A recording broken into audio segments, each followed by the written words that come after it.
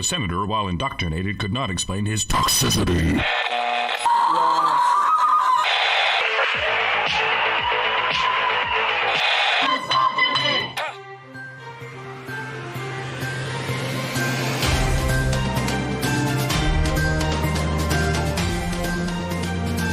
This is HBR News number 187, the insidiousness of No Nut November and those hoes owe taxes, with Mike J, Mike S, and Hannah W, and me, the Doge in charge, Brian M. So hello everybody and welcome to HBR News. I got trying out some new stuff, got a new intro, so this will be a little bit quicker. We have a good show lined up for you guys today, so thanks for joining us.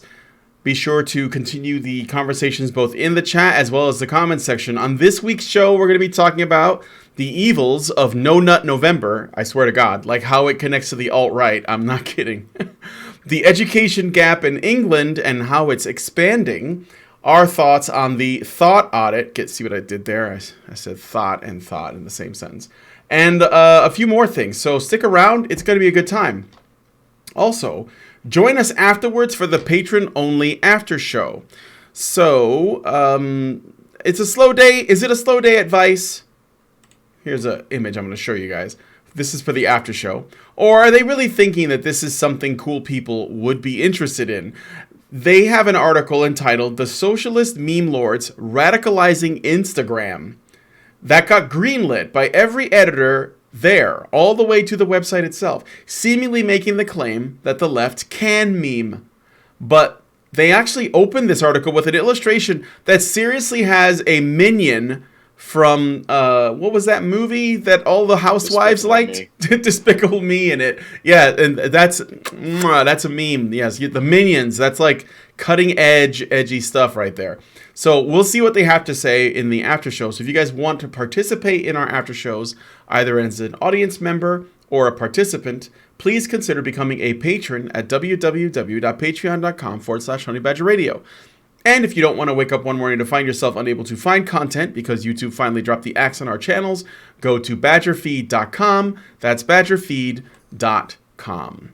All right, so we're going to just go ahead and get into the stories. I see that we have a super chat already, so I may as well read it out. Hoki Bukisa gives us $1.99 and says, "More like one nut November, am I right?" I see what you did there. Okay. Mike J, let's talk about female genital mutilation in the USA. Certainly, Brian. So, charges of female genital mutilation against a Detroit-based Muslim doctor have been dropped, and a 22-year-old ruling which bans female genital mutilation on young girls has been overturned. U.S. District Judge Bernard Friedman has ruled that the ban was unconstitutional, stating, quote, "As despicable as FGM may be, Congress overstepped its bounds." While Dr. Jumana Nagarwala, I've pronounced this like 100 times and it never gets easier, may not be facing the female genital mutilation charges anymore, there are still charges of conspiracy and obstruction on the table for him and several others involved.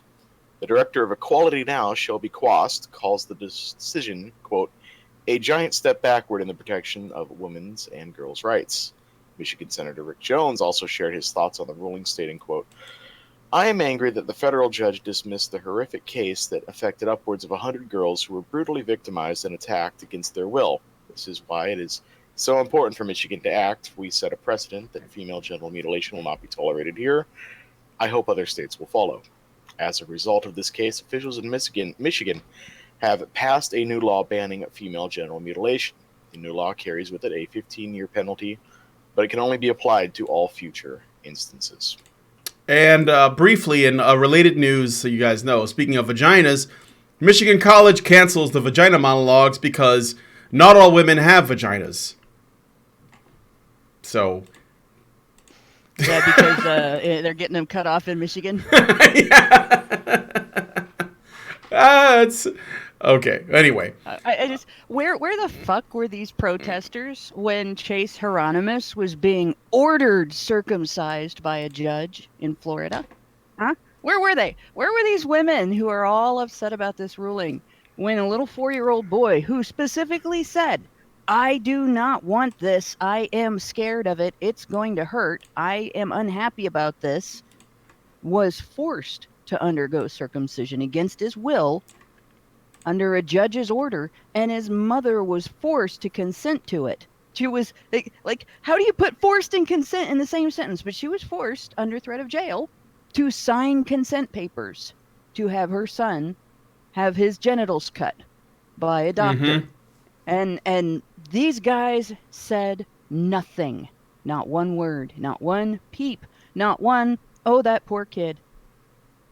You know, and I'm against cutting children's genitals, regardless of their sex, for any of the reasons that circumcision is routinely done on either sex. All right, if there is not a problem, a specific problem, like I had to have scar tissue removed, and I had scar tissue removed at the age of 16 from my genitals for reasons I'm not going to get into on this episode, but that's a reason, right?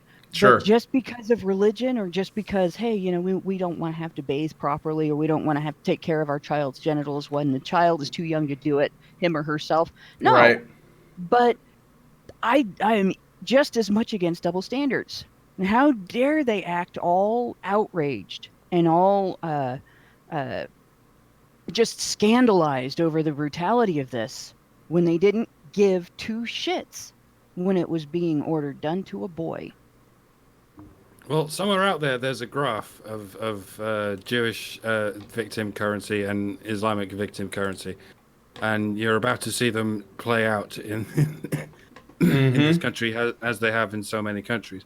When ironically it can be played out without either of them in play, because there's so many families to whom it happens where no such religions exist. It can bleed over into secular ideologies, if you like. So I don't want to put it all in the lap of a big old sort of war of attrition between Jews and Muslims. But that may very well be how it plays out, because those are the most protected groups in quite a lot of Western countries these days.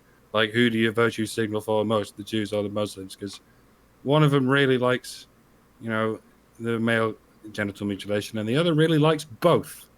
So I'm pretty worried about how this is going to play out, actually. Yeah, I mean, it seems to me that it might be the only way that you can make the argument against all genital mutilation. Now, so what's happening here? This is going to go to the States now, right? And Yes. if anything, God willing, none of the states will allow this to be legal. But maybe they should also be looking at the genitals that they're already cutting and thinking about that. Hey, let me put something else in perspective. This is a feminist Facebook page called Feminist News. That's pretty huge, pretty popular. They put out a link about this because they're also outraged, and it says, "I can't even believe this is real. A federal judge has ruled a ban on female mutilation as unconstitutional and has reversed the convictions of 2 doctors who mutilated women." And then someone comments and saying, "You can bet if that was done to men, it would be legal." Or illegal. It would be illegal. I just projected a little bit. It's clearly legal right now. And yet, they don't think that this is how invisible circumcision is to people as something that should be, seen as for what it is, right? I hope it opens a dialogue about the many differences in the many different kinds of genital mutilation. Because the general wisdom is, well, female genital mutilation is the kind where they remove the entire clitoris, and male genital mutilation is where they just remove that tiniest little bit from the end of the tip of the skin there, and it's just fine. Whereas in reality, no, there are many forms of both kinds. The worst kind of, technically the worst kind of male kind is where you remove both the meat and both veg. Yes, which certainly did happen in certain slave societies, but that's technically the worst that could happen. And don't tell me it doesn't happen somewhere in the fucking world. Yes, infibulation happens. That's the very worst kind. But don't be telling me it's the only kind. There are other kinds elsewhere in the world that are comparable to circumcision, and there are kinds that are not even as bad as that. Ugh. Yeah, but then again, people like Oprah and fucking other like famous Hollywood actresses, they need their facial cream. So how are they supposed to get it if we're not cutting boys' penis skins off? What about labias? What about clitoral hoods? That Yeah. looks pretty juicy, ladies. Go for that. Yeah. Well, and it would work too because the clitoral hood is foreskin. It is, exactly. Yeah, it is foreskin. It has the same kind of, other than it doesn't have the shit. What are the nerves called? Mesner's That corpuscles. same thing that rhino horns have. Yeah, Well, that thing. Yeah, it has the thing that they want for the makeup. It doesn't have the thing that makes men's foreskin particularly important to their sexuality.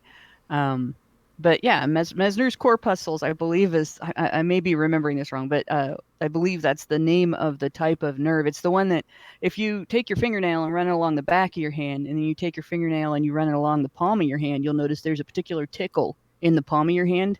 That's Mesner's corpuscles. No, I'm suggesting they like it for an entirely different reason. They like it for the same reason that very rich Chinese gentlemen like rhino horn, and they want to make sure it's definitely rhino horn because they believe that means they've conquered an animal. And there you go. know what I mean? That's a distinct possibility, but the skin itself actually does get used for some pretty insidious things. The makeup thing is one of them. And women will put things on their faces. Just for the record, just from the stuff that I've read, women will put things on their faces. If you tell them it's going to make them pretty, they will put things on their faces. They're just unbelievable. Like bull semen. There are bull semen facial. Why not just go find a guy who baby foreskins you can trust doesn't have a disease and be like, would you on my face and so I can get a skin treatment from it? Because I'm sure that most women could find a guy out there that would be perfectly willing to be like, yeah, sure, I'll do it. But yeah, no, maybe they've tried it a lot and it doesn't work. After seeing a lot of porn stars without their makeup, makeup actually does. Hey, Mike J, it's No Nut November, bro. I hope that was more than a month ago. Makeup does damage. Makeup itself does damage. Makeup deprives your skin of oxygen. Yeah, and you need oxygen.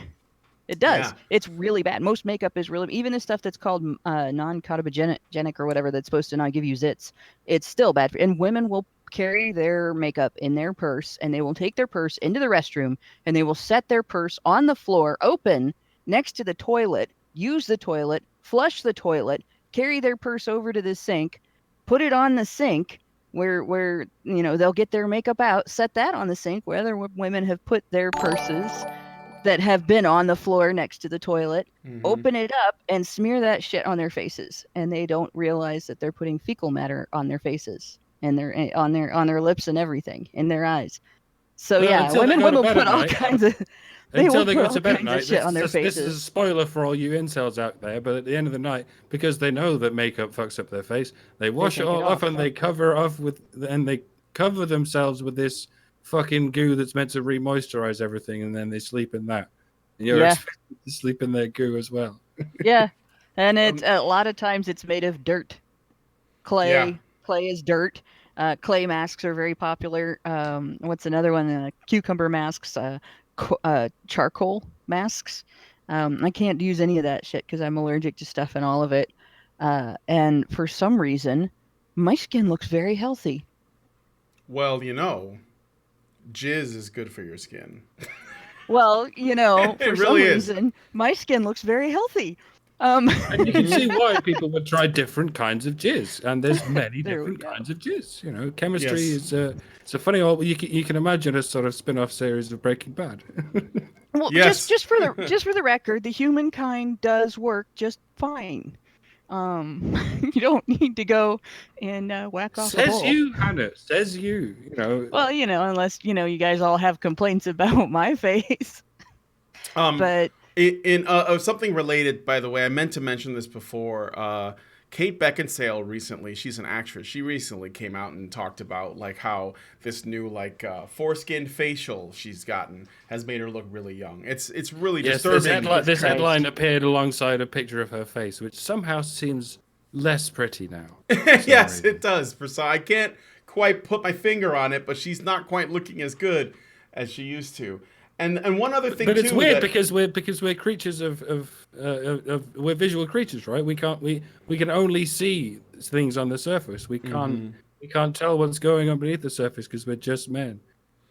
Oh yeah, that's And right. yet here's Yeah. me saying no. Kate Beckinsale's not hot anymore because she's got a layer of baby foreskin on her face. Yeah. It's like I have morals that get in the way of my dick and shit, and yet men can't do that. It's weird. Yeah, it is. You know what? weird. But I will bet you, if you brought this story up to her, she would be outraged. She'd just be absolutely outraged that a judge turned around and said that this law banning cutting off parts of female genitals in their childhood isn't valid. And honestly, what needs to happen now with both of these is lawsuits. We need to have. We're in the age of medical records being better than they've ever been. They're ever going to be. They're not gonna get any more complete, I think, than they are now. You can have your DNA as part of your medical records. So, what else are they gonna have? Your past lives, but you should be able to find out as an adult who circumcised you as a child, and whether you're male or female, who cut your genitals as a kid, especially the younger generations. You need to start seeing people going back and suing their doctors for doing this, because it's the problem with trying it in the criminal justice system is the criminal justice system stops at acquittal. You can't appeal that because it's not allowed. It's double jeopardy, right? You don't deal with that. So uh, in the civil system, you have appeals on both sides, and you can sue for malpractice, you can sue for non-consensual practice, you can sue for whatever.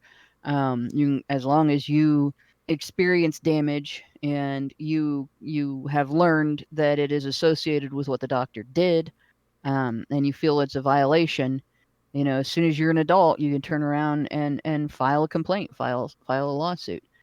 And that's the only way, is people coming back and saying, no, I didn't consent to this and I'm not happy about it.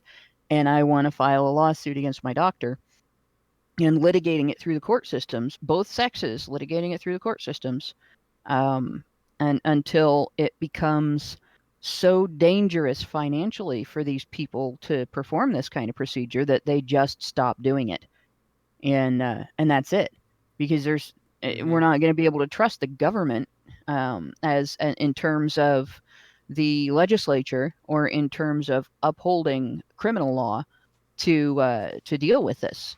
The If you had a closest we can circumcision trust the government, on a national health service, Yeah. good luck. the closest, their hands are clean already, yeah, but the closest we've got to being able to trust the government on this is going through the civil court system. So that's the only thing I can think of. And I mean, hopefully we're taking steps in the right direction so far. They passed that one against FGM in Michigan with really what it looks like little to no resistance. Yeah. And I'm guessing other states they're going to be looking at this and going, oh, well, this is what we have to do now. And I've got no doubt you'll see at least 3 or 4 of these pop up within the months to come.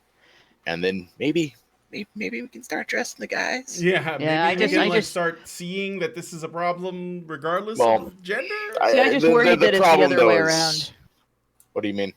I worry what's going to happen is that male circumcision is going to be used to justify female circumcision instead. Well, we can do this to baby boys. Why can't we do it to girls? Oh, they're going to. There are going to be judges that are going to turn around and say, yeah, we can't outlaw this because it's religious, and we allow it on boys, so we can't really say that's going to be the thing. That this country's going to have to have a really, really hard discussion about religion when it comes to this. Yeah, exactly. Well, and we have, like, abortion was fought based on bodily autonomy, right? The whole argument was that the government didn't have any business getting involved in a agreement or a consultation between a woman and her doctor. That was the argument, right? The argument was medical privacy.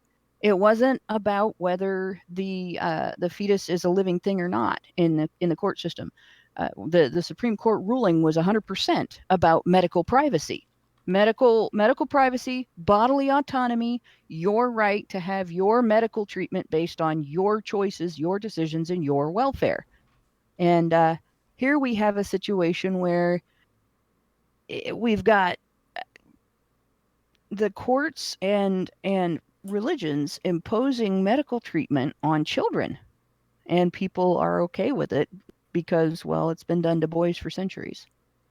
I mean, that's insane. The idea that in the same country where we can say, doctor's not allowed to do anything to you without your consent, the government's not allowed to interfere with that. We now have the government saying, well, except the doctor can do this.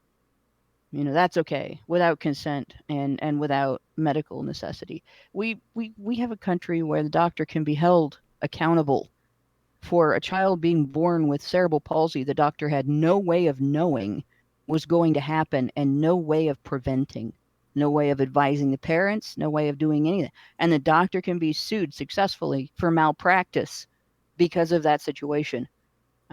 Senator Edwards, I believe, had a law firm, was one of the Democrat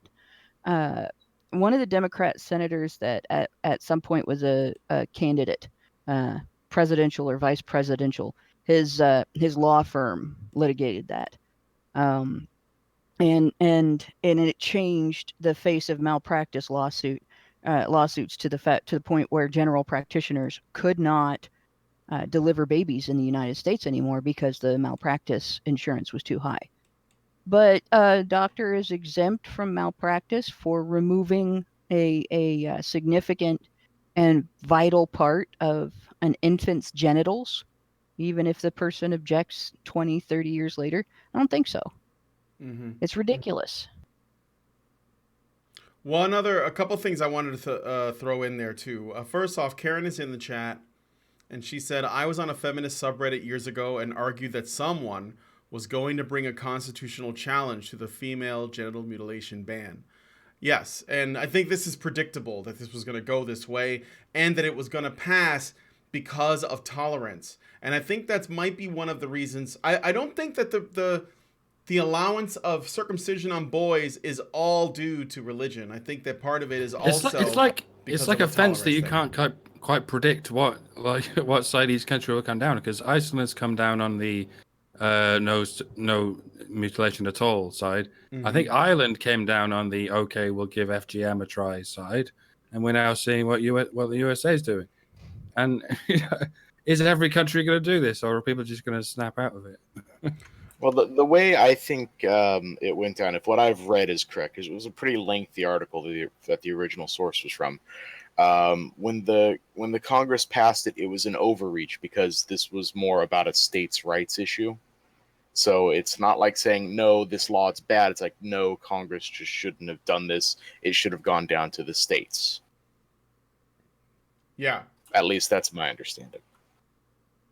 One other thing that I think is definitely worth bringing up that no one has mentioned in a lot of the things written about this, especially on the sort of leftist media and feminist side of things. So in the original case, there were 8 defendants that were the ones that were sort of for female genital mutilation, including the doctor. 7 of those, including the doctor, were women. So this was the majority, overwhelming majority, 7 out of 8 of the defendants that were pushing for FGM were women. So and this is worth pointing out because the arguments are that this is the patriarchy at work. Okay? Obviously, that's bullshit. But I think you have to know 7 out of 8 were women. That is typical. That is typical. Mm-hmm. That you find that as an anti-activist, you find that the majority of proponents of circumcision, of male circumcision, are men, and of female circumcision are female. And They can claim to be experts in the subject. well, but it's also, there's some psychological stuff behind it too. If you have been altered, permanently, and you can't do anything about it, like there's not a cure for having been altered in that manner. You're essentially, if you've been circumcised, male or female, you have something in common with amputees, right? You can't get it back. You can take measures to mitigate the effects of the change, but you can't get it back. Now there's Foragen that's working on that, and there's Bionic ways. There's foreskin win. restoration. Yeah, there's restoration, but restoration doesn't give you back the Mesner's corpuscles. It gives you back the gliding action, right? Mm-hmm. So, but what Foragen is working on is actually regrowing the skin, including those specialized nerves. But right now, that's not a possibility. And a lot of people, male and female, who have been altered in that manner, do not like the idea of confronting that they have been damaged. You don't want to think of yourself as damaged. Between the injury that led to the scar tissue that had to be removed, I went through 4 years of it tearing and then regrowing shut, and then tearing and then regrowing shut, because it would catch on things before I talked to anybody about it, because I didn't want to admit I had been permanently altered. It's very hard to admit. This is, especially when people call it mutilation. It's very, very hard to deal with. You have been mutilated, because that doesn't feel very. It doesn't make you feel attractive. It doesn't feel very able, right? You're mutilated makes it sound like you're maimed for life and you're handicapped now, and nobody wants to be handicapped unless there's something mentally wrong with them. And it just, like, it's very difficult for people who have been cut to acknowledge that it's a bad thing, and not feel like that makes them less.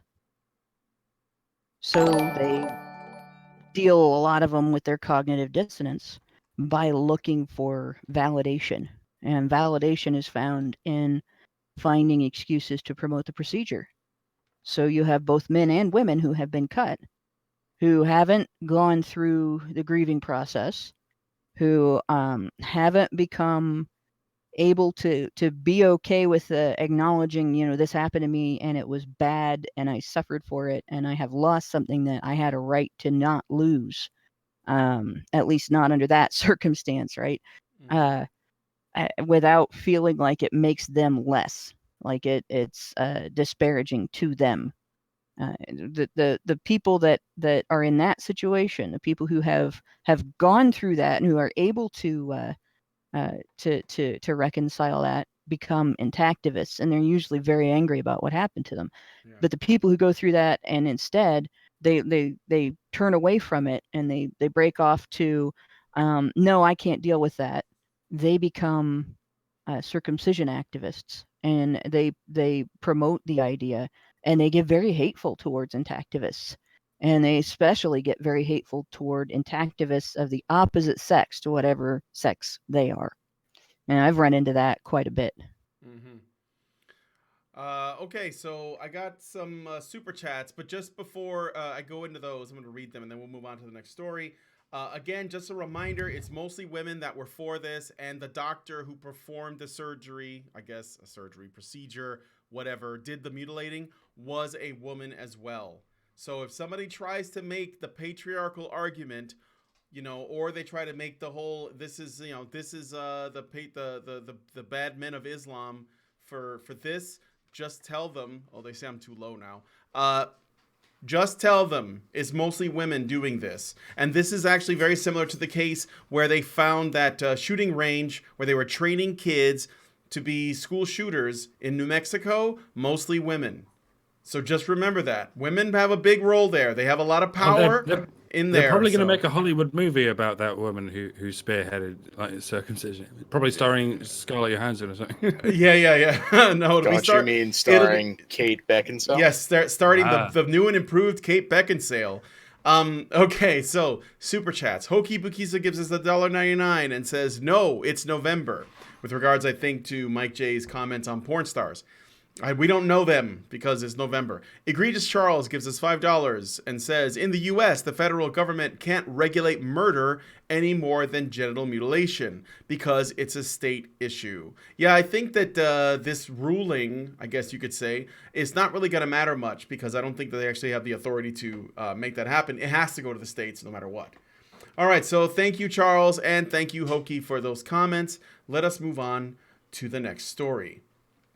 All right, I gotta go here.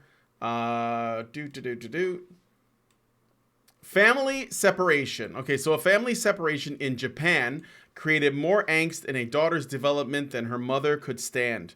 The daughter was a baby when her father disappeared from her life, and as she got older, she expressed a yearning to reconnect. At around 10 years of age, the daughter became very withdrawn and was being bullied because she didn't have a dad. Single parents are often stigmatized in Japan, so it's different, right?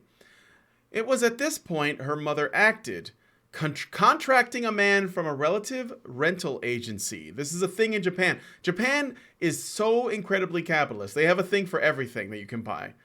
A thing in Japan, she hired a man to play as a fake dad. That was 10 years ago, and the actor has been playing this role a few times a month, joining them on days out, trips to the cinema, and visiting for birthdays. The actor's services are not cheap, each visit costing 10,000 yen, which is about 70 pounds or $90. But her mother believes it is money well spent, as her daughter has grown into a happier and less hesitant young adult. However, it is all based upon a deception. When the actor says he loves his daughter, he does not mean it. Her mother also has an attachment to the fictional dad character that the actor is playing, telling him how she feels to be reminded he is just doing a job. No matter what your job is, you have to wonder when you're going to be replaced with a robot. Yeah.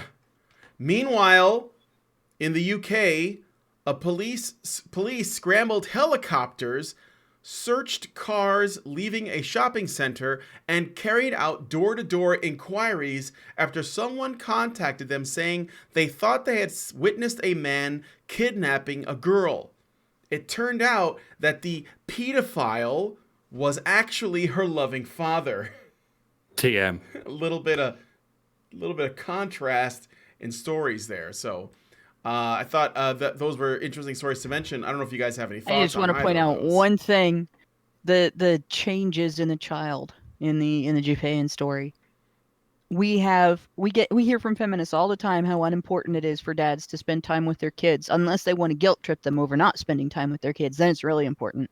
But when we start talking about custody rights, it's the mother that's important to the child, right? It's the mother that gets emphasized and everything. And yet, over and over again, whenever evidence becomes available regarding the effects of father absence on their children, it becomes readily apparent that they are every bit as vital to the child's development as the mother is. It is insane that we allow children to be separated from their fathers just because they're dads. This feels like an episode of Black Mirror. It feels like it already happened in a weird kind of way. Even a person that's acting like a dad can actually help a girl or a boy develop into a highly more functional human being than otherwise. That's amazing.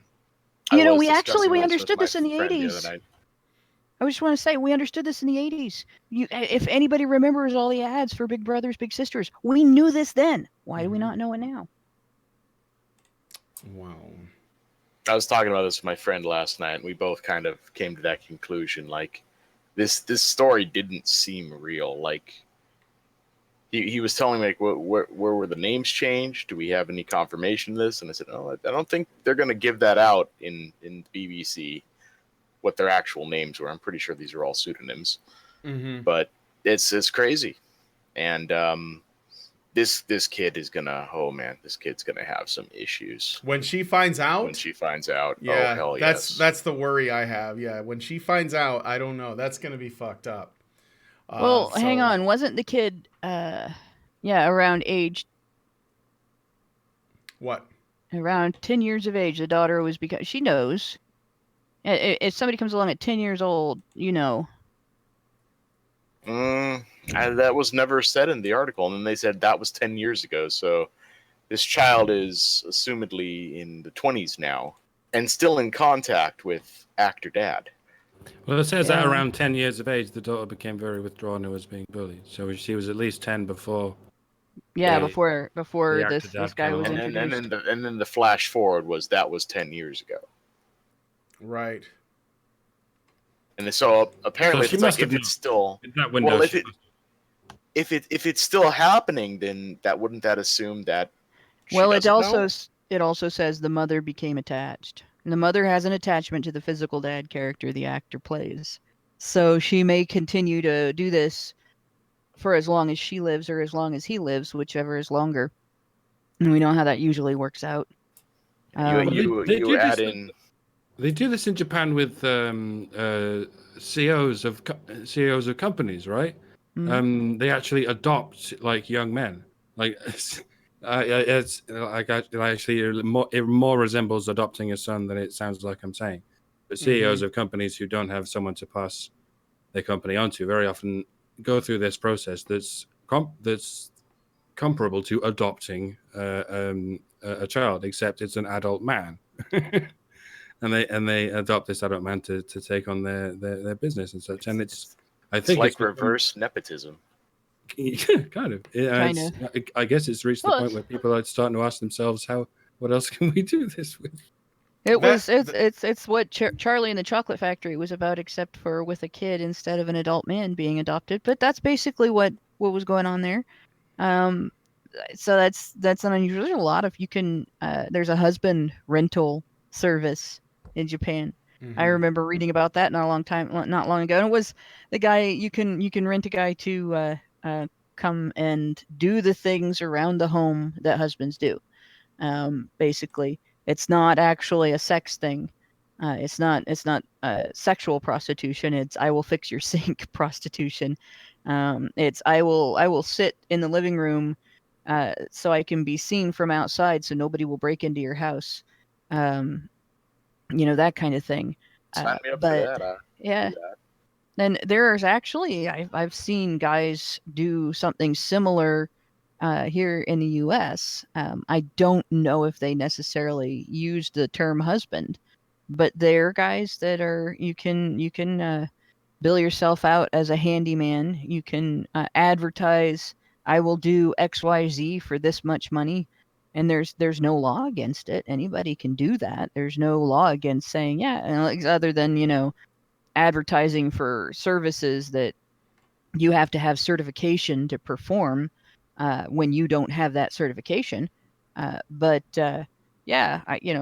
you were to advertise, I'll come and sit in your living room for a couple of hours a night and watch your television so people can see from outside there's a man in the house and they won't break in. And people would pay you for it. There's no law that says anybody could prosecute you for doing that. And like people in Japan figured that out, and hey, steady income. I just thought if you made the dad a robot in this, it would be a pretty decent episode of Black Mirror. I was thinking it'd also be a pretty good. This is like the plot to some like feel good holiday movie that Hollywood could make. Make the dad George Clooney. Yeah, we got it. Well, I was gonna say Bryan Cranston. I like good actors in my movies. I don't know about you, but yeah, he's Hollywood. The one who would get it. Let's be honest. Hollywood would have to use a twist ending. They always used, it's actually that's the real dad, or the real dad comes along and then there's a conflict. The real dad is Bryan Cranston. That's how we'll spin it. There you go. Well, the only plot involves money, so it's clearly a romantic comedy, the kind of movie that women like. There you go. There you go. Okay, so So anyway, guys, give us your thoughts on these two stories. I thought they were pretty interesting, and we'll go ahead and move on to the next one. So this is about education. All right, so Mary Kernock Cook, a former chief executive of UCAS, which is the Universities and Colleges Admissions Service, has made a statement that many in education find controversial, that boys' educational needs are not being met and it is causing them to underperform at alarming rates. Yet, this topic is a taboo one to bring up, much less address. So much so that the idea of boys failing or falling behind girls is being seen as normal. So it's normalized. It is well known by our audience that girls outperform boys in all aspects of education, from primary school to GCSEs, which are General Secondary Education Exams. This is all UK stuff, by the way, guys, as well as A-level results. The gap between women and men attending university has also widened in the last decade, with only 43% of men going compared to 57% of women. By the way, I think GCSE means elementary school and A-level means high school. I think. I might be a couple of years off there, but that's roughly it. I believe that's right. Kernock stated, quote, "I just find it unacceptable to think it's okay for boys to fall further and further behind in education and allow the gap to get bigger. Boys underachieving in education is becoming pretty normalized. Everyone knows it, yet no one is doing anything about it." Kernock also added that while the gap between the rich and poor in education is narrowing, as in the rich usually, used to get a better education than the poor, and that is narrowing, the gap between boys and girls is actually widening. She said, quote, "In about 10 years' time, the gap between boys and girls will be worse than the gap between rich and poor. That is astonishing, really." She also stated that the debate about gender equality tends to be dominated by discussions around the gender pay gap and the glass ceiling. Yay. While attempts to address men's issues are often ridiculed and met with feminist rage. A man named James Knight, who was the only men's officer in the UK University of the West of England, had to pull out of his race after harassment claims came out against him, which were just used to basically push him out. He wanted to focus on men's issues in university, by the by. Ms. Kernock Cook spoke at a conference last week convened by the Men and Boys Coalition, which is a group of organizations, charities, and academics with a mission to address issues that are unique to men and boys. Here's hoping some progress can be made in this area. Okay. This is also happening in the United States, by the way. The same statistics. This all sounds like what happened to Serge like 4 years ago.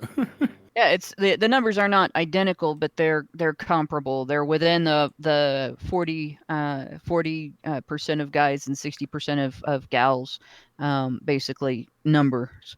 And the problem is we're dealing with an area that's dominated by intersectional feminism. And they celebrate not equality, but when women are favored at men's expense. So they treat discrimination against guys in school settings and the creation of settings that are detrimental to guys' education. They treat that as a success. The really dumb thing is they are actually they're hurting everybody to hurt guys. Like, it's bad enough that they're misandric. It's bad enough that they're celebrating not equality, but actual, guys losing out. Mm-hmm. But to achieve that, they have made changes in the way education works that it's not that women are doing better. It's not that women are having more success, increased success. It's that men are failing more than women are failing. It's that education for both sexes has been damaged, but it's hitting men harder. They have reduced the effectiveness of our education system to the point where we are falling behind other countries. Like the freest and most uncensored country in the world in terms of availability of information, the country that if I understand correctly, pretty much pioneered the public education system, the free public education system. It's not really free. You pay for it through the government. But holy shit, how can we be falling behind other countries? Except that somebody has lobbied to change our education system in ways that are detrimental to the outcomes of all of our students. And of course, it's more detrimental to guys because they've taken out the discovery learning. They've taken out learning through doing. They've taken out basically using what comes natural to men and what comes natural to boys, that tendency to investigate their environment and test it out. Guys engage in the scientific method automatically. Little girls do too, but little boys do it better. Little boys do it more. Little boys use it as their way of playing, and that is how they learn. And that has been destroyed in our system. We're now sitting around, our students sitting around memorizing things by rote and vomiting them back to the teacher, only to forget them by the time they graduate. And that's bad. It's bad all around. And feminists are celebrating this. I swear 5 years ago, like, there wasn't anything like as much of a craze against white supremacy. Like, there was no such thing as the alt-right. Nobody had heard of it. Nobody was really focusing on that. But in the academic sort of sphere, people were starting to notice men's movements cropping up. This was like 4 or 5 years ago. That's why I said, I think Sage Gerard was one of the first people to try doing this in an American university. Mm-hmm. And fuck, I forgot what my initial point was. I believe what you're trying to say was the men's rights movement spawned the alt-right. No way. Oh no. Well, I think they looked at it for a while and thought, right, how do we propagandize this? And they said it in whatever sort of way they say it in, and they realized they can't get away with naming the men's rights movement as the enemy and still call themselves a gender equality movement that's just about men's rights and women's rights as well. So I think after that they sort of was where they decided the best strategy would be to pretend we're all white supremacists, because that sells a lot better with the general public for whatever reason. Yep. Well, it's interesting, the men's rights movement. If you look back, go back into like the 60s and the 70s, it was the fathers' rights movement, and it wasn't really something like. There's not a lot of the older communications still available online regarding this, but it wasn't a bunch of guys calling themselves fathers' rights activists. They were trying to figure out how to maintain their connection to their children after divorce, as divorce was increasing exponentially in the United States during the 20th century. They were trying to figure out how to protect their children from the damage that happens when they lose contact with one of their parents, and how to survive the increasingly insane and stupid child support enforcement system. And it sort of blossomed into men's rights activism, partly because as a side effect of what women were doing in terms of, or at least feminists were doing in terms of intimate partner and sexual violence law, women in divorce cases began using false allegations as weapons in custody battles. And so you had, in order to protect their relationships with their children, fathers had to become due process advocates too. And then they also started to have to fight the idea that men were just these horrific predators that had to be kept under control by the law. And under every nice guy, just under the surface, inside that nice guy was a monster waiting to rape everything that moved in his vicinity. And that became the men's rights movement, but they still didn't call themselves men's rights activists. It was just people talking politics. And you don't see a lot of stuff that was out of the old message boards and that people would talk about in person. And you can see some of the old news articles because they're online. But it really wasn't until the 21st century that you started hearing people labeled men's rights activists for talking about men's rights. Mm-hmm. And and that was feminists. Feminists created the label men's rights activists. There wasn't a group of people that came out and said, we are men's rights activists, we stand for the men. It was feminists that labeled all of us, and it was a derogatory label. Oh, you guys are men's rights activists. What rights don't men have? And if you start telling about it, they run out on the conversation. But the change to alt right, they got to where it looked ridiculous for them to continue to try to use men's rights activist as a disparaging remark. They were forced by the public availability of information that backs everything we say, to acknowledge, yeah, men do have issues. And so they got stuck in a position of saying, well, men have issues, but men's rights activists approach them wrong. And then trying to make up shit about how we approach men's issues and how we talk about men's issues. And they are now, facing the situation where people don't buy that anymore. Out comes this whole alt-right thing. And maybe there was a group that called themselves the alt-right. I don't know, because I wasn't part of the creation of that. So I don't know exactly where that comes from. There were But, Richard Spencer. yeah, but feminism coming out and broadening the term, social justice warriors broadening the term to cover anybody that disagrees with them, and trying to use it. They equate it simultaneously with Nazi and anyone who objects to infringements on due process rights, which is hilarious because that's Nazis infringed on due process rights left and right. That is just their next step in, well, we're telling this lie and people have stopped believing it, so we have to come up with a new lie. Here it is. And that's it.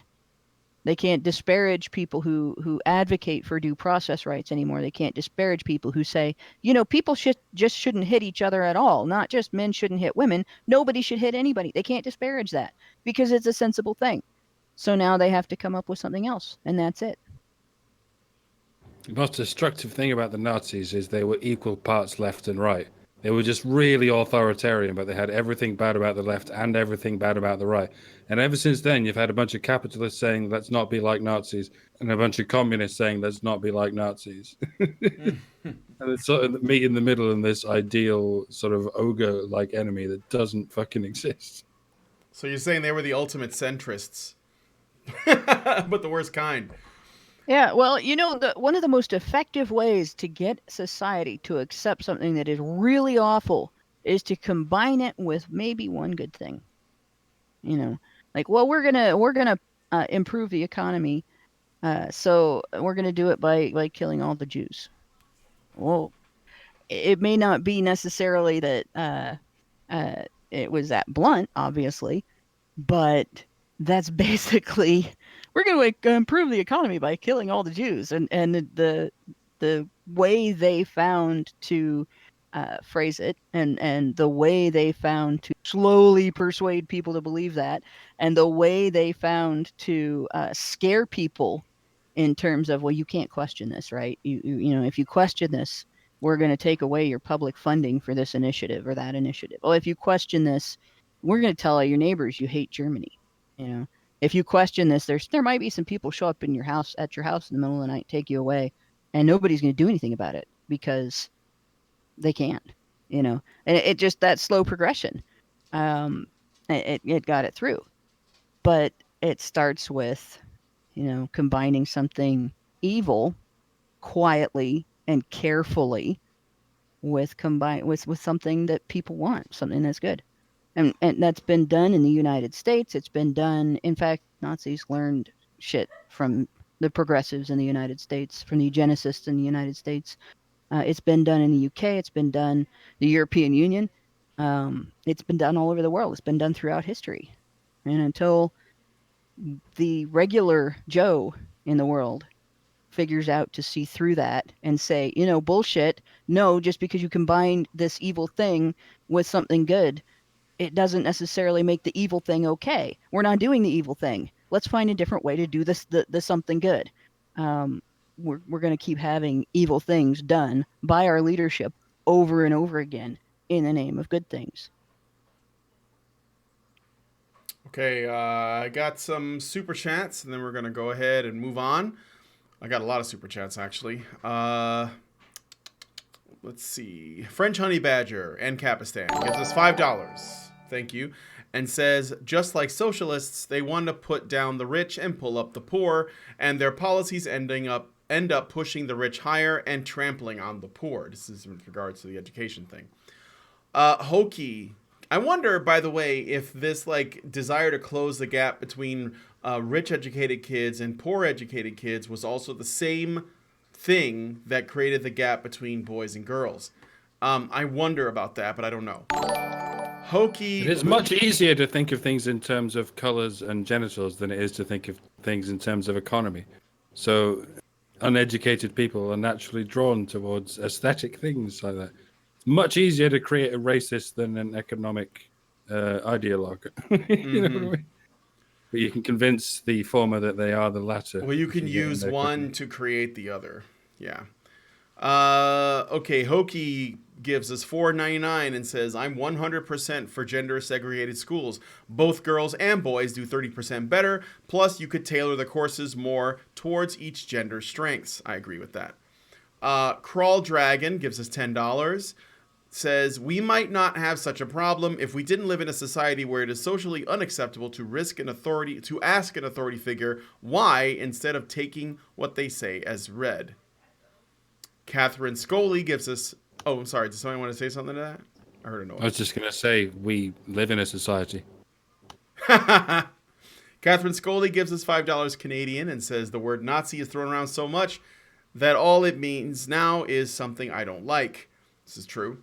I prefer commie for that, but okay. Tyler Preston gives us $5 and says, you hear how SJWs are justifying cam girls who are supposedly avoiding paying their taxes? They use the Trump tax returns excuse to defend thoughts. Oh, whatever. We're going to get to that. That's later. Don't spoil it. We're going to get to that. Okay, so thank you guys. Don't get me started on Al Capone. Yeah. We're going to go ahead and move on. We're going to try and get through the story, so I'm going to move on to the next one. And we are closing in on the thought audit. Oh, we got another one. Wait, another super chat. Cyberzerk gives us 50 secs and says, I've started to punch everyone just to make sure I'm not the Nazi. My kids don't like it, but I suspect that they're just Nazis.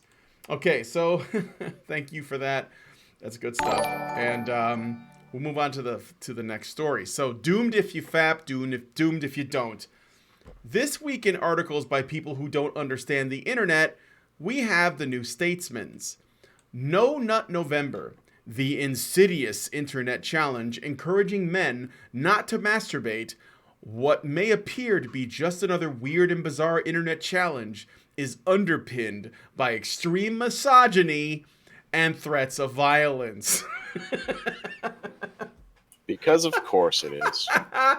Well, I mean, we've already established through UK legislator response that I wouldn't even rape you is a rape threat. So Yeah. I guess I wouldn't even fap to you is now also a rape threat. I'm just okay. So let's look at this Burger King tweet from November 1st. It's only a month, waifu crying emoji. The author states that this may initially appear to be your average dumb internet challenge. However, No Nut November, also known as N Cubed, is different. Eventually concluding that, quote, beyond the memes and pseudoscience and risible camaraderie lies a dangerous, active misogyny. By the way, before I continue the read up, I'm just going to say, I suspect that this has something to do with men doing anything together as men. But go on. Yeah, because it's kind of hard to call self-denial. Or not doing something men's together. Self-denial. In this case. Yeah. Men's self-denial is misogyny now. Christianity like that called Lent, and I think they have things in Islam like that called Ramadan. Okay. Okay. But it's wrong when only men do it. It's when only men do it that there's a problem. Hey, it's different for me. I don't use fabric softener because I'm allergic to it, so I have Lent all year. There you go. I'm giving up Lent for Lent. No fabric softener. It's you're perpetually stuck in no fab November. That's right. But I have great way of getting revenge on people if they piss me off. All I have to do is touch them. Zap. Zap. The article cites Girl on the Net, who is a sex blogger, who writes on masturbation, sex positivity, and the effects of porn on our mental health. She explains that No Nut November came from the NoFap movement. I don't know if it's a movement, but okay. On Reddit. Which of course. Okay, go ahead. Okay, so the NoFap movement was a 4chan prank. It was never a real movement until normies picked it up. This is a great idea. Let's do it. It was a 4chan prank. I used to know one of the guys that started it. He's from Columbus. I actually met him in the men's rights subreddit, and it was a joke. It was making fun of feminism. It was making fun of feminist condemnation of male sexuality, and a bunch of dumb shits picked it up. Oh, let's do this. It sounds great. And started applying religious dogma to it and trying to legitimize it. But it's kind of the I don't know, male version of the one where you piss your pants for feminism or whatever, piss for equality. Piss for equality. It's just like except no fap instead. It's insanely stupid. Yeah, I mean, November is already a thing. It already exists. It already means committing to something and something biological. That means if you get to November the 1st and you still have 2 weeks of growth, you commit. Anyway, you commit until you have a month and a half of growth. And that gets annoying, especially when you're drinking frothy things. But the payoff, you get a payoff, and the payoff is on December the 1st. You get to wear a mustache for whatever reason. Mm-hmm. You get to shave your longest offerings into a thick and glorious mustache. Perhaps tragically semi-liquefying every woman in the vicinity and every gay man still awake. And if No Nut November is to be a thing, it needs to have a similar payoff at the end. I think you know what I'm talking about. Pretty sure it does. There you go. It's called December the 1st is not just mustache day, it's nut day. It's called Is that scene in that movie where that dude goes off like Old Faithful and the ceiling gets damaged? It's also known as December the Thirst. That's probably I wish you guys could have seen the NoFap thing start, because it was hilarious. They made up the NoFap movement, and they created a webpage, they created a Facebook group, they did all kinds of, they created a Reddit subreddit for it and everything. And then they created an opposition movement, and it was the same guys yelling at each other, yelling at themselves basically on the internet. And then other people got involved, took it over, and turned it into something big. You have no idea how much fun it was to watch that. Yeah. And now it's turned into this, and I'm sad.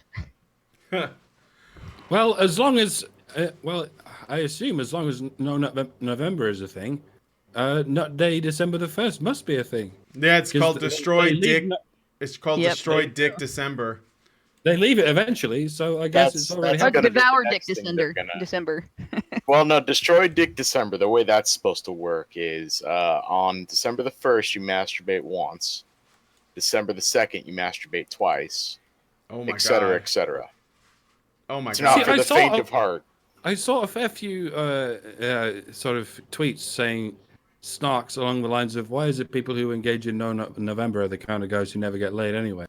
So I thought, wait, is No Nut November about not having sex, or just about not even shooting a load? It's not. It's not wanking mostly. Because you know it's healthy to shoot a load whenever you feel like a gentleman. That's how you get prostate cancer, by not nutting enough. Well, it's one of the ways you can get prostate cancer, by not nutting enough. That might be how Frank Zappa died. So one of the supposed claims behind this whole No Nut November thing that I've seen is the justification is by denying yourself this release, you're going to force yourself to go out there, to go socialize, to maybe find a girlfriend, find someone to help you with this issue.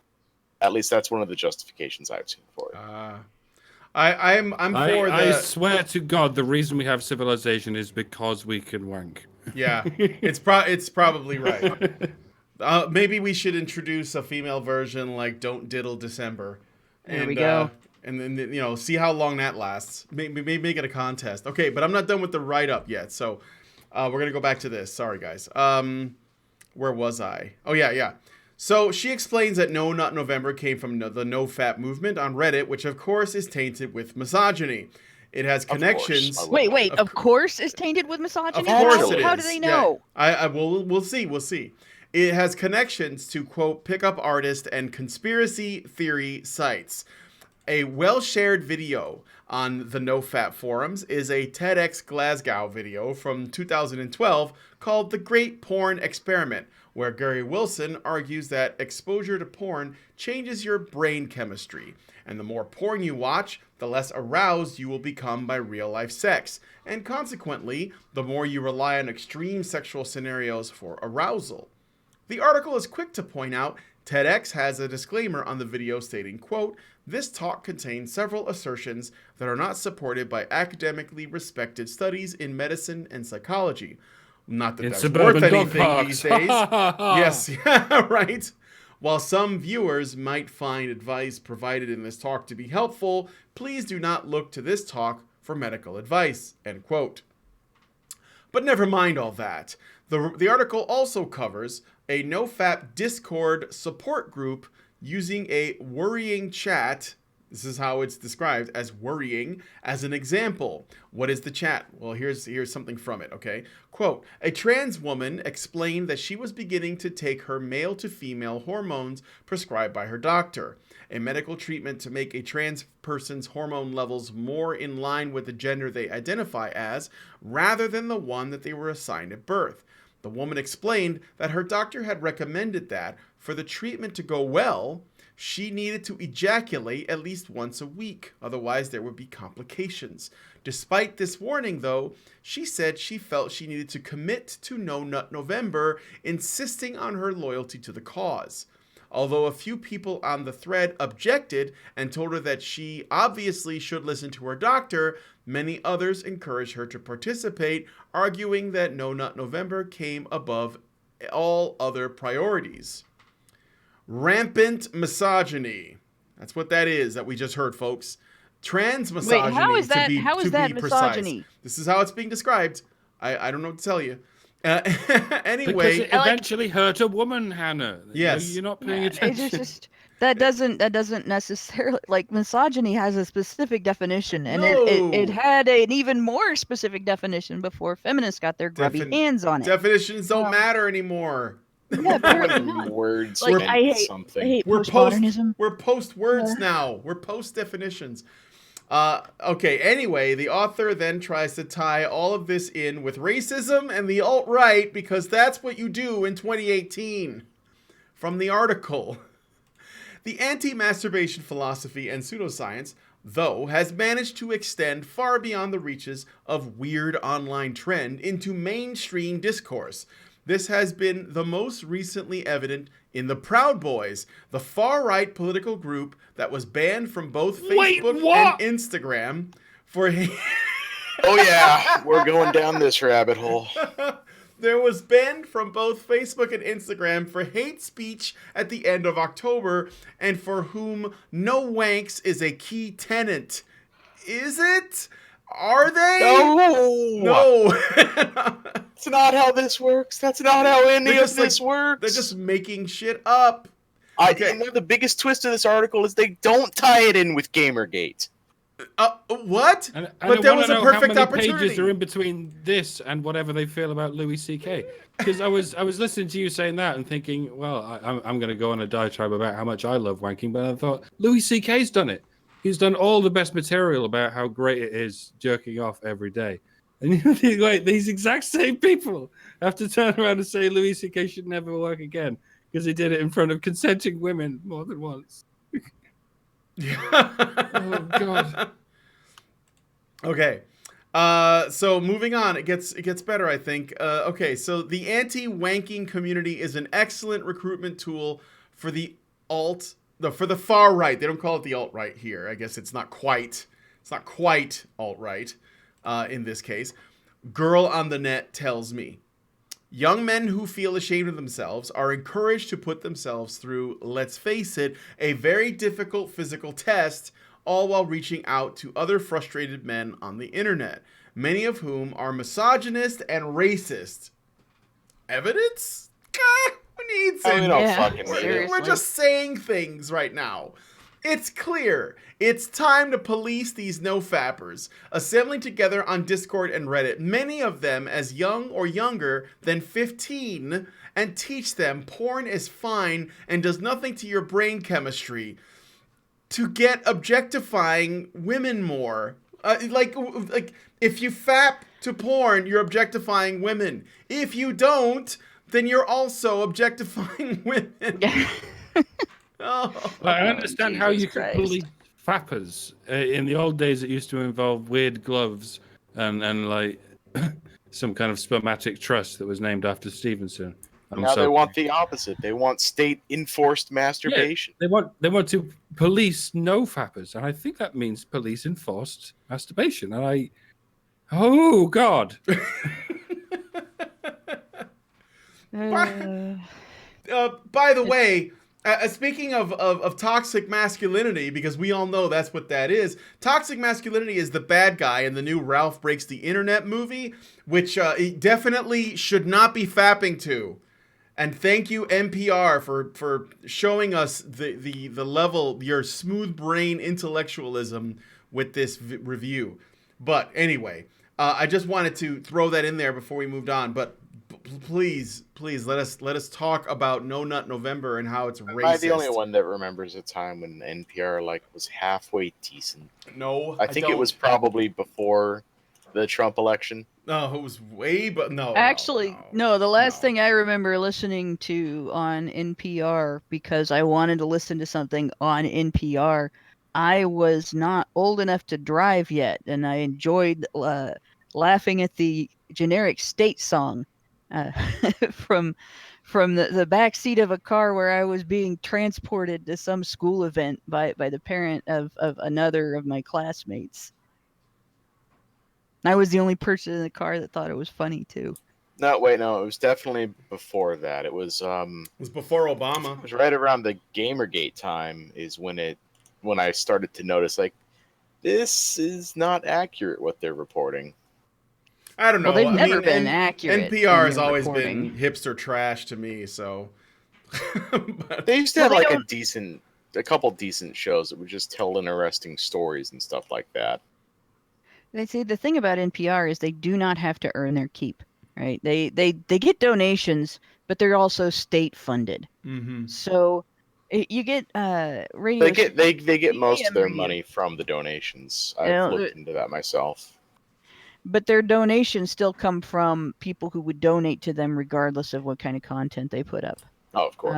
They're not providing great content to get people to want to listen. They can't sell, to advertisers, hey, people will hear your ad because it's on our show and people want what we're doing. It's they convince people that they are providing intellectually superior content that will educate the young minds that they think listen to NPR, when we're actually all busy listening to the heavy metal and rap stations and the country music stations on FM radio, or the talk stations on AM radio. And it's dumb that we still give NPR any credence at all, because it's always just been propaganda funded by people who think they're intellectually superior to everybody else. And occasionally they actually have something funny on. Yeah, occasionally. Well, so no FAP. So any other comments on the? Oh, and by the way, I want to stick up for the Proud Boys here. They're not far right. They're probably, I mean, they're right wing, sure, but they're not far right. They're basically just like, tradcon men that defend other men and women, and they usually go around protecting people from Antifa. That's as far as I know. I think Gavin McInnes said that they were like modern chauvinists or something like that. But I don't know if that's meant to be ironic, so just to trigger feminist women. But there's nothing inherently harmful about them. Yeah, they're bodyguards. that's basically. literally They don't it. have to try that That's hard. them. They don't have Yeah. to try that hard. The only thing you have to do to trigger modern feminist women is walk into a room being overtly, classically, stereotypically, in any way, shape, or form male. Yep. And that's it. It's, oh my God, there's a guy, and he's displaying toxic masculinity by not being effeminate. Let's get him, especially if he's nice, right? He hasn't done anything horrible to anybody. They hate that. They can't complain about him then, so they have to. It's literally oozing out of every pore. What is it? What is it? The title of Karen's one video. Look, it's a nice guy. Let's destroy him. That's feminism in a nutshell. Yep. They don't have to be the Proud Boys to trigger That's them. why they're All they have to do that's is where be the boys. chauvinist thing comes in, because they're unapologetically male, right? So they don't. There you go. The women, feminist women, find it triggering. So Kind of, you nailed it. That Karen video. That it's like that fucking Eric Andre meme where the guy gets shot on the chair. It's like, shooting a nice guy and then asking, "Where have all the nice guys gone?" yeah, where are all the good Exactly. men gone? Yeah. Yeah, but no, that's they're not that. They're not anything that the media has said about them. No. And it's insane. This article is great in that it demonstrates how far women that are of the feminist mentality, whether they're feminist or not, there's a definite feminist mentality. And it's their own personal brand of gynocentrism, right? How far they will go to control every aspect of masculinity and male sexuality. Mm-hmm. You're not allowed to have an interest in sex. You're not allowed to have your own sexuality. You're not allowed to take an interest in women. You're not allowed to be attracted to them. You're not allowed to want to have sexual pleasure of any kind for any reason at any time by any method. But you're not allowed to not want any of those things either because we said so. Yep. Yeah, Quite a it's slippery slope to navigate. for sure. All right, I got one super chat. Ciara de Flora gives us $5 and says, "Have you tried white distilled vinegar for fabric softener? When the clothes dry, the smell does go away." I never did that. That's I do know about distilled vinegar is good to add on like a cup. It's good to add a cup of it with your wash if you have a cat that's peed on anything. It'll neutralize the salts. Well, cat pee, the way to get rid of cat pee is the same way you get rid of skunk spray, as tomato juice. And you just have to wash out the tomato juice. Because of the acidity. Yeah. But I have used vinegar in my laundry, used white vinegar in my laundry. I just, it's not as effective as everybody thinks it is. It's good for softening clothes, but it doesn't necessarily change the static thing. I remember the first day I could afford to buy a bottle of fabric softener once every 6 months. Oh, I'll never forget it. Okay, so thank you for the donations, and we're gonna go ahead and get to the last story, but we saved the best for last, I think. Mike, give us your thoughts on thoughts. Oh, you shall receive them. So, a new Twitter hashtag is caught on. Hashtag Thought Audit. But what is hashtag Thought Audit, you might ask? The Thought Audit began, as most things do on the internet, as a 4chan stunt which involved reporting Instagram and Snapchat sex workers to the IRS for collecting untaxed income. Things really got moving when the hashtag and concept of the Thought Audit was spread by Dariush Valiazidi, better known as Roosh V, as we all know, who is the leader of the MRA. Yep. In a tweet, Roosh V, again, leader of the MRA, stated, quote, "Online thoughts are finding out that all income generated from their breast and vagina is taxable. Men are aggressively organizing to report all thoughts. I don't blame them. These girls are getting a free ride via beta bucks in a broken sexual marketplace that is rigged in favor of females," end quote. Roosh V, once more, leader of the MRA, also states that there's a financial incentive to this as well, because whistleblowers could potentially receive up to 30% of tax collected. While the term thought previously stood for "that hoe over there," One 4chan user now suggests this term should stand for "that hoe owes tax." Yeah, I've been predicting for some time that we're going to use the term "thought" so much that someone's going to make it illegal. Someone, somewhere, somehow is going to, if not make it officially illegal, then program the bots to make it illegal in some platform or other. You know what I mean? Mm-hmm. It'll be labeled hate speech. And this is kind of funny.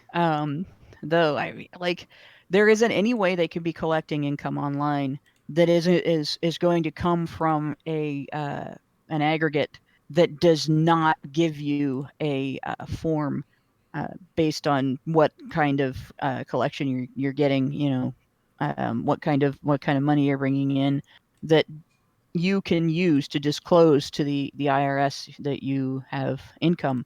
And most of them, at least most of the systems I've seen online, they have an income threshold. So if you only make $300 the entire year with what you're doing, they probably won't send you anything. And if you get audited and it shows that you only made $300, you're under income from a hobby, right? So you're not going to get in trouble for that. But if you make $3,000 and they send you a thing that says you made $3,000, this is how you report that $3,000 to the IRS. There aren't going to be women that are going to be able to say, "Well, I didn't know I had to report that to the IRS." They're going to have gotten a communication from their whether it's Patreon, whether it's PayPal, whatever it is. They will have received some sort of communication from them. You made this much money. Here's how to report it to the IRS. So they know that they have to report that to the IRS. Well, it's the fastest way to turn a bunch of internet cam girls into libertarians. I'll tell you what. Saw a great image of like a cam horse slowly morphing into Ron Paul.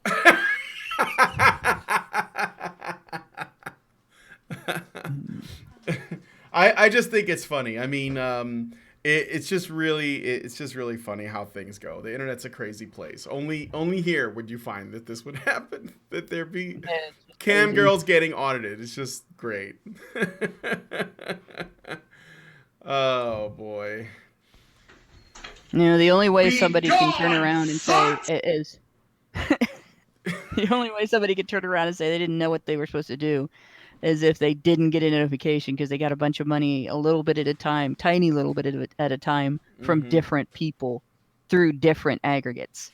And then they might be able to say, like, I don't know if anybody remembers there's a movie from, I don't remember, 70s or 80s, I think, with Barbara Streisand in it, where she plays a hooker that didn't charge for her efforts. She received gifts. Everything she got was a gift, and all of it was Haunted. low amounts. It was all haunted, and that's why she's like she is now. No. But all of it was lower than what she should have to pay taxes on and all that. So they couldn't bust her for prostitution and they couldn't bust her for tax evasion and all that stuff. Somebody might be able to get away with that kind of an argument, but they're not going to be able to get away if they have a Patreon and they're saying, "I produce this content and you pay me for this content," and their Patreon has sent them the notification, "Hey, you made 3,000 or 5,000 or 7,000 or whatever on this content." So you got to tell the IRS. They're not going to get away with that. Yeah, I don't think it was Yentl. Much like I've also been predicting, like if we ever have a king instead of a queen, the monarchy will be over within days because of this. And if women ever figure out that they have to pay tax just for being paid for being sexy, then maybe like the whole tax system will be over in a matter of weeks. There you go. Like doing the taxes and sorting out the money and things was something that the husband like traditionally did for quite a long time, wasn't it? Like for pretty much most of the existence of taxes before we started introducing this female vote and stuff. Now 100 years later, even the average woman has to try and figure out maths. And believe me, Yep. Mike? Lose Mike? We lost him for a second. The thoughts got him. Oh no, we lost him. He'll probably be back. But I just wanted to say that I just want to make sure he doesn't come back while I'm talking. Yeah, we lost him for a second.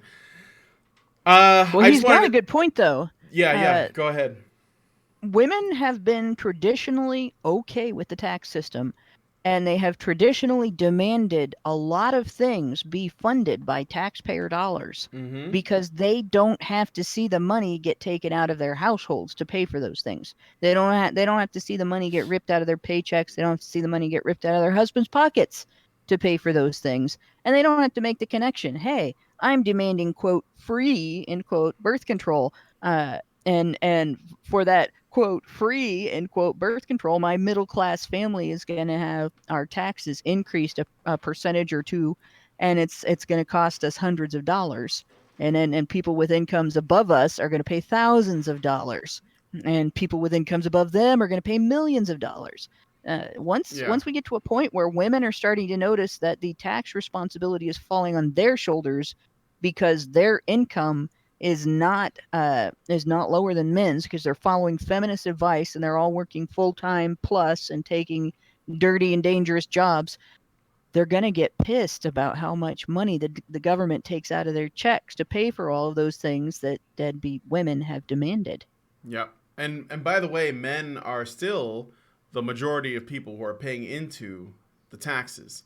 So of course, one of the things that I think the people who are behind this thought audit, like the guys who are like reporting women, these you know, I don't know, what the people with premium Snapchats, and I guess it's probably gone beyond that into like Twitch streamers and such and stuff like that. Then I think that's actually going for the women who have been evading taxes. You know, it's probably going to. I think this is one of the reasons why these guys are doing it, because they're already the majority that are paying in already, men, right? Also, and I see that Charles put a comment in. I'm going to get to it in a second. There was a girl who got.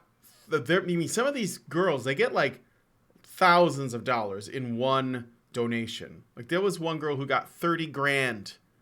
You know, this is very common. And it's not, she's not like giving them sex. She's just on Twitch showing her cleavage, talking to people, you know, maybe playing a video game in a smaller screen. This isn't like sex work in that regard. I'm sure that the thing is, it's what we call sex work is a little bit ambiguous because, for example, there's a lot of guys that are into feet, and on Instagram, you're not allowed to do any nudity.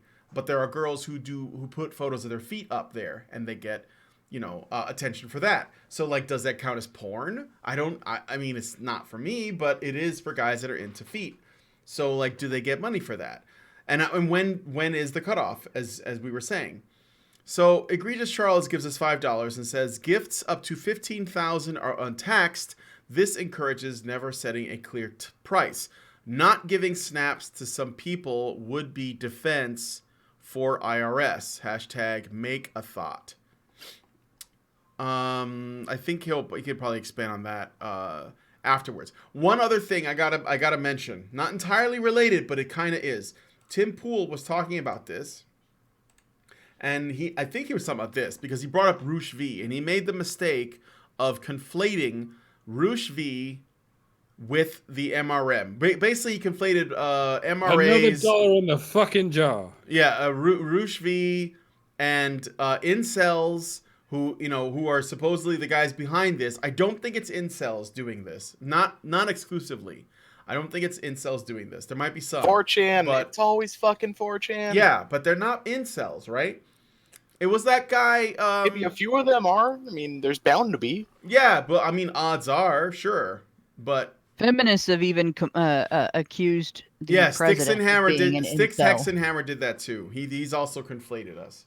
So, yeah. People don't know what you guys were better people than don't know that. what an incel is. No, they don't. Because, like I said, feminists have accused the president of being an incel. How many times has he been married, and how many children does he have? So they don't know what an incel is. He is the worst Right. incel ever. He's just not even good at being an incel. That's his He problem. just sucks He's at it, so that's what it bad. is. He doesn't even know that he's actually an incel. Orange That's how mad bad at being incel. Those aren't actually his kids. He bought those with his capitalism. Anyway. There will be an atheist president before an incel president. Mark my Mike's words. back. You dropped Yes. out. Did you want to finish your point, or did Hannah already do it? Or No, I've already forgotten it. It doesn't matter. it's okay. I think Hannah. Given how got it. seldom I speak and how seldom my internet goes off, it was incredibly unlikely that it would just happen to happen, but it did. It did. I kind of happen to figured you happen. were. I kind of figured you were heading toward pointing out the fact that as women become the higher wage earners and as women start getting taxed more, they're going to figure out what a raw deal the tax system is and start objecting to it. Once they have to see what's being done to actual taxpayers. Yep, let's hope enough of them are still within reaching distance, rationally speaking. Mm-hmm. I hope when so. women want something is when shit happens, you know. Yep, that is true. Imagine that. Cam whores fix the tax system. Wouldn't that be just like the greatest of days to see that happen? That sounds like an awesome movie title. Another super chat from Charles. He says, let me just take a look here. If she doesn't give anything in return, it proves to the IRS it's a gift, not a payment, and untaxable. So it encourages that behavior. Okay. Any other... So, what do you guys think? I know the thought audit isn't like new news because it happened over the weekend. But let us know what you guys think about it in the comment section. And is there anything that we left out? Because I know there's been like kind of a lot surrounding it.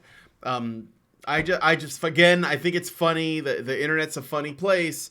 And yeah, man, you know, like, look out. The tax man don't care. Oh, the IRS was offering, I forgot to mention this, weren't they offering 30% of the taxes? Yeah. That's what I said on the Reddit. It's 30% of any of the tax collected. Yeah, up to. So I don't think it's a flat 30%. Yeah, up to 30%. Yeah, it's up to 30%. And in the meantime, we're talking about the credit system they have in China now. Like it is completely different. It would be deceptive to compare the two. But you can see where the parallels might. No, yeah, I mean, we don't have it to the point where it's instituted in our legislation, but we do have a kind of Chinese Sesame credit system. Remember, we talked about the Sesame credit in China years ago. We did that on a news show at least 1 or 2 years ago. So, do you have Sesame credit? Yes, I think that was the title. It was called. Can you tell me how to get to Sesame credit? Yeah. Yes. Can you tell me how to get to Sesame credit? So just keep that in mind. We were here first. All right.